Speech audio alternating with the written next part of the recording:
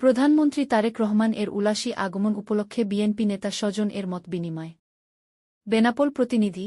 আগামী ২৭ এপ্রিল শার্শা উপজেলার উলাসী জিয়া খাল পুন খননের জন্য প্রধানমন্ত্রী তারেক রহমান এর আগমন উপলক্ষে বেনাপোল উন্নয়ন পরিষদ এর সভাপতি, সাবেক সি&এফ অ্যাসোসিয়েশন এর সভাপতি ও সাবেক শার্শা উপজেলা বিএনপির যুগ্ম সাধারণ সম্পাদক ৩ দফা বাস্তবায়ন এর জন্য স্থানীয় গণমাধ্যম কর্মীদের সাথে মতবিনিময় করেন। মফিজুর রহমান স্বজন বলেন, বেনাপোল স্থল বন্দর একটি গুরুত্বপূর্ণ এবং দেশের সবথেকে বড় বন্দর। এই বন্দর থেকে সরকার প্রতিবছর ১০,০০০ কোটি টাকা রাজস্ব আদায় করলেও উন্নয়নের তেমন ছোঁয়া লাগেনি। বিগত ফ্যাসিস্ট আওয়ামী সরকার এই বন্দরের কোনো উন্নয়ন করেনি। তাই আমরা প্রধানমন্ত্রী তারেক রহমান এর কাছে দাবি রাখতে চাই, বেনাপোল বন্দরের আমদানিকৃত পণ্য সহজে ঢাকা সহ অন্যান্য জেলায় পৌঁছাতে ভাঙ্গা থেকে বেনাপোল পর্যন্ত ৬ লেনের রাস্তা করতে হবে।